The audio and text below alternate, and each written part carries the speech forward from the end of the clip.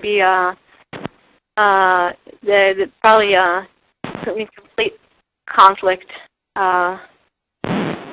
cultural preservation and dismantling. I think they might seem to be in conflict, but they go together well. I think that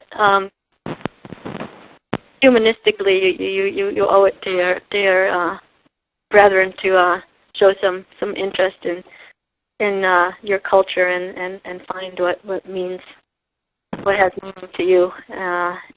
But you also owe it to the same people and yourself to find the gaps, find the crap, and not put up with it. Mm-hmm. From your first-hand experience, what have you loved and hated about Orthodox Judaism? From my first-hand experience, what I loved about it was the absolute reliability of the experience of elevation. There it is, like clockwork. Every Shabbat, every Chag. For the more observant, with every practice, and there's so many during the day. But then you go back to the same thing, and that can become so terribly constricting. The requirement to conform to these delineated guidelines that are so intricate. It is just staggering. There are specifications for every behavior, and it really seems to me like madness after a while. Mm-hmm.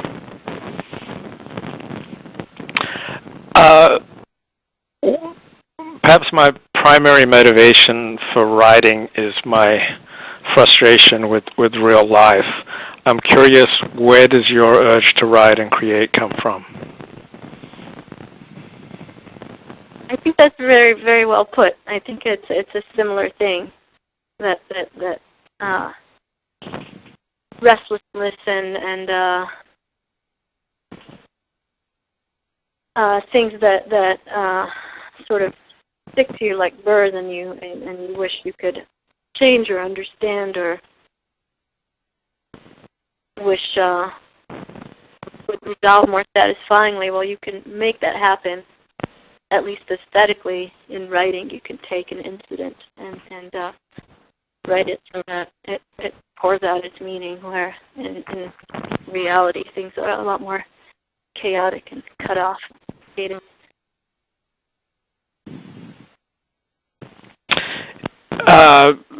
Again, I'll use myself as an example to lead to a question to you. I do my best writing out of emotions of anger and isolation. Under what emotional states do you do your best work?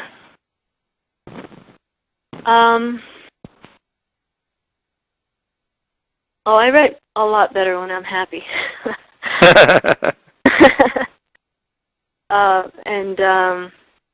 I think I write the best when I manage to come to just come in contact with self-acceptance. As an example, an approach that seems to be, again, here's your evil icing. I'm afraid to say it because it's not going to work now. But it seems to be working. Is to recognize that I have the attention span of a squirrel, and so to work on 3 or 4 things in parallel, and that keeps me happier, because if I don't accept that, then I try to work on one thing and I end up just staring at a word all day, which only breeds further rage. Mm-hmm. What are your strengths and weaknesses as a writer?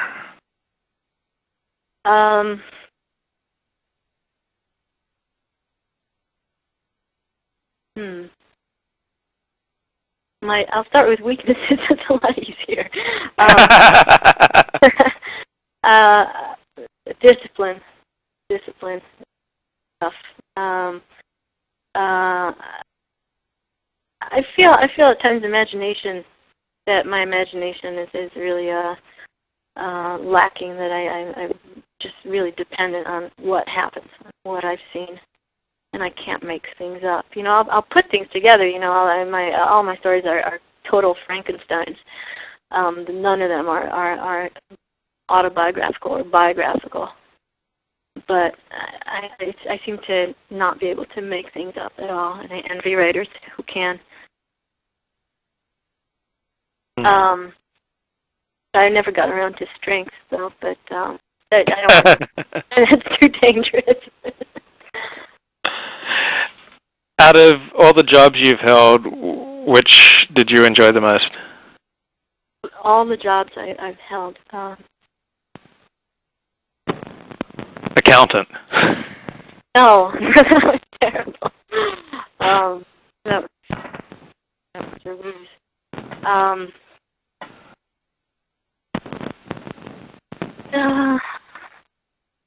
There were things I liked in every job. I liked bartending. Things I hated about it, but there are things I really liked. I like being around a lot of people, so it really sucks being a writer in some ways. I liked just standing there and everybody, they have to come to you to get their drink, so you kind of get this constant influx and constant conversation. I liked working with the mentally ill, though it was also at times unbearably difficult. Again, this fascination, with other lives, and the privilege for being able to take part. I can't call it a job because it's volunteer, or maybe I can, but in the last few years started doing this little community organizing initiative, and it's probably the most fun I've ever had. I wish I could get paid for it, but I'm not.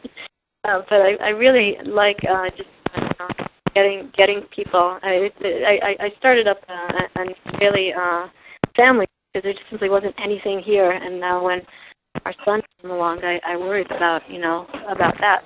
My husband is American, so it would be just up to me to impart some Israeli culture to my son, and that seemed like a recipe for a disaster, more than just me.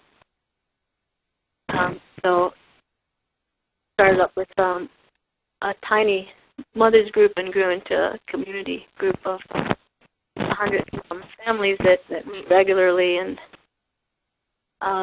I really enjoy that. I think, like, I won't say a lot of writers, that's presumptuous, but like some writers, I'm an observer. I prefer to be on the sidelines, but at the same time, really, really crave social settings. So it's sort of like the perfect position to be in, where you bring everyone together, get them going. But